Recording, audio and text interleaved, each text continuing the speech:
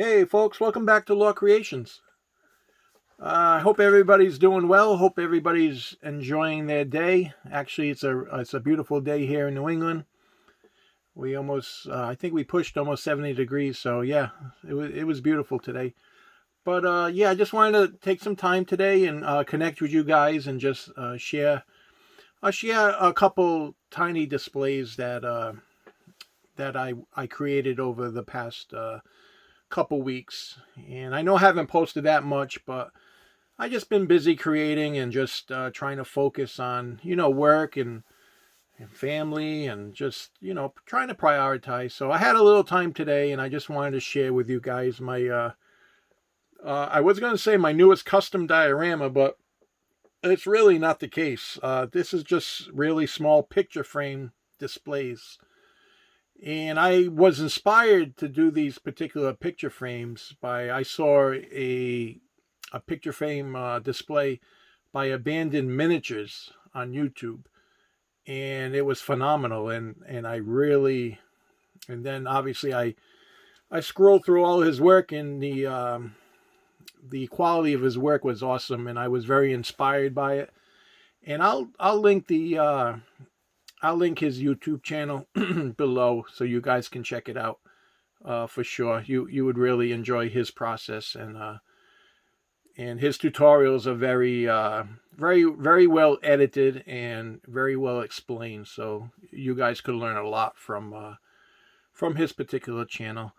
But yeah, go check him out. Abandoned Miniatures on YouTube, and he was the inspiration for these particular displays. So I just wanted to show you. I got a Star Wars themed display in the middle. That was my most recent. This was my first one. It's just a let's take a closer look to it.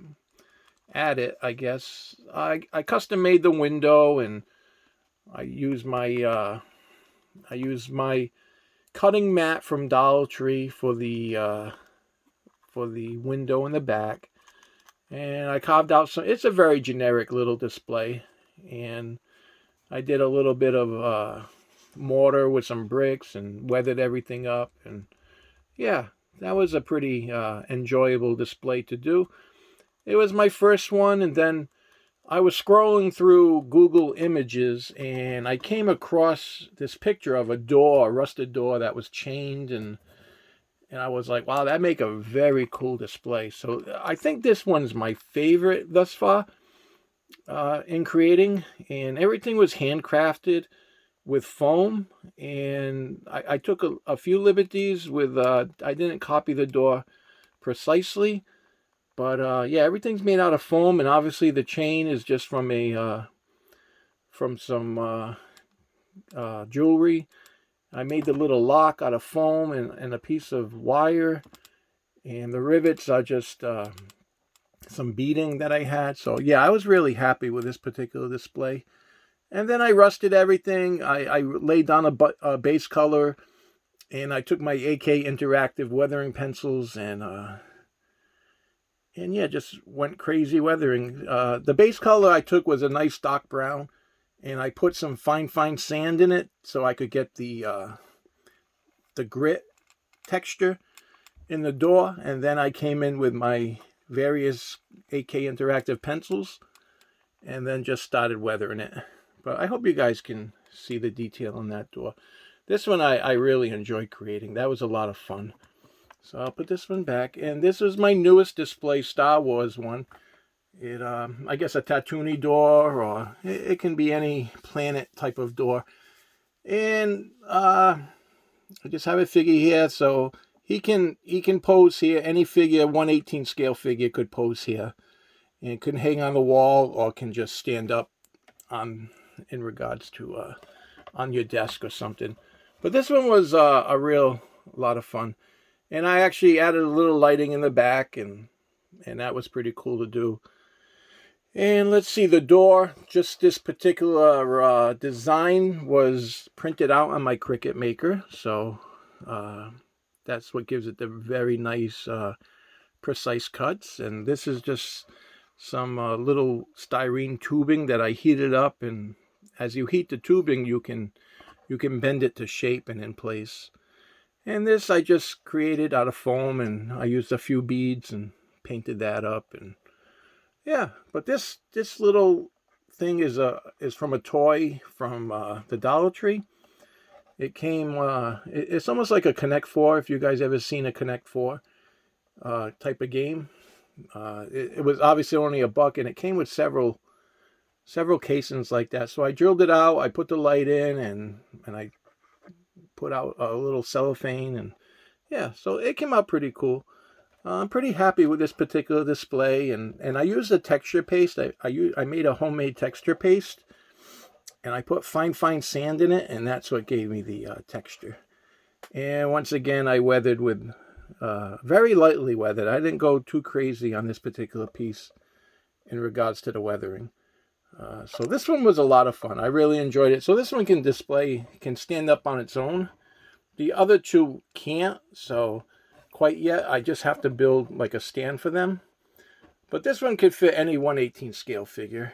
And what else have I been up to? I haven't showed my Warhammer display yet. My 112, because I picked up the Space Marine, Ultramarine Warhammer figure from McFarlane. It's an awesome figure. And that one I really weathered and dirtied up, and I just made a display for it, which came out pretty cool. I'll have to do a video on that shortly. And I made my own Proxon. Guide, which came out really good. I made it out of Sintra board and a couple pieces of wood, so it probably cost me a couple bucks to make. And it's square. It works perfectly. I used a piece of.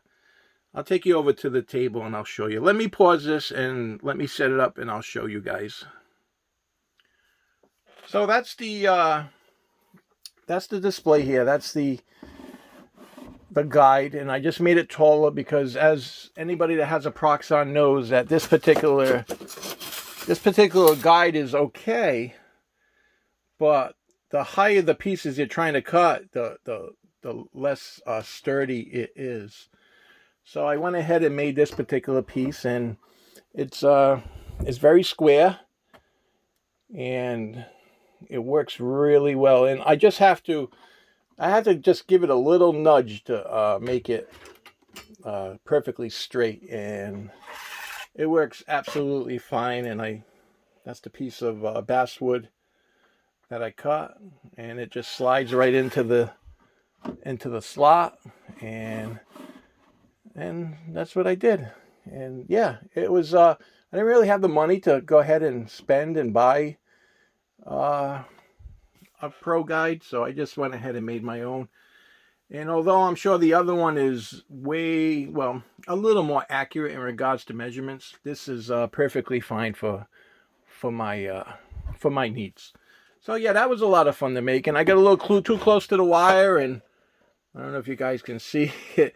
It really burned a nice thin line in there, so I had to come in with some sandpaper and make that all flush again. But the foam guides very nicely along the side of that. So yeah, that's what I've been up to, and I just been playing with making some texture paste and making my own airbrush cleaner and things like that. And let me pause and I'll show you something else that I picked up. Hold on. Hey folks. So this particular airbrush is a Central Pneumatic. It's called a Quick Change airbrush. I picked it up from Harbor Freight, and it was only $10.50. And it came with 6 of these, I believe 6 or 7 of these plastic jars. But what happens is obviously you run air through it, and you can spray any particular paint, and there's absolutely no cleaning of this airbrush at all. So it acts like a spray can, a paint spray can, and it just attaches like this. I'm not really sure of how it works, but I can attest that it works perfectly. These can be adjusted, so you just have to adjust these particular pieces perfectly, and it'll paint just like a spray can. And it's really awesome. For the 1050, I just mix my paint and I dilute it, and it has to be fairly dilute to to spray. But once you get that perfect viscosity, it really works very well. And you can't go wrong for $10.50 if you don't want to go through the hassle of just cleaning an airbrush. The only thing I can say deterrent for this, as opposed to a regular airbrush, is you really can't get a fine spray with this. This sprays a very wide mist of paint. So this is not good for detailed work. This is good for just overall maybe priming, or just an overall base of a color. So, but yeah, I picked that up, and like I said, it was only like $10.50. And if you use a coupon, you can get it even cheaper. So yeah, so that's what I've been up to. That's the odds and ends, and yeah. So folks, I appreciate you guys tagging along, watching. Please like, please subscribe, please comment. Let me know what you guys think. Let me know what you want to see in the future, and I'm hoping the channel grows. And in regards to interaction with my subscribers, yeah, I just hope the channel grows. I'm not too concerned about numbers, but the people who do watch, I like to interact with. So even if it's only a couple hundred people, I believe my subscriber count says I'm up to 3,300. But if you look at the analytics, 90% of the people that view my videos are not subscribers. So that's a little baffling. I don't really understand. But maybe I can grab some new subscribers and pique their interest, and maybe encourage you to create and love creating, and the way others inspire me. And if I can do that, then it's well worth it. And that's the only reason why I show you my work, is to inspire you to create. And it's wonderfully rewarding to create. And the time creating and problem solving and discovering new techniques is awesome. It's a great hobby. So create, guys, and just sit down and do it. Okay? And like I said, go check out Abandoned Miniatures on YouTube. You'll really enjoy his content in his channel. And he's also Abandoned Miniatures on Instagram. Okay? So yeah, I don't give too many shout outs on this. I know I did before with El Chambo and some different other content creators that have great content. But yeah, so go check out Abandoned Miniatures. Thank you for watching, and enjoy your night.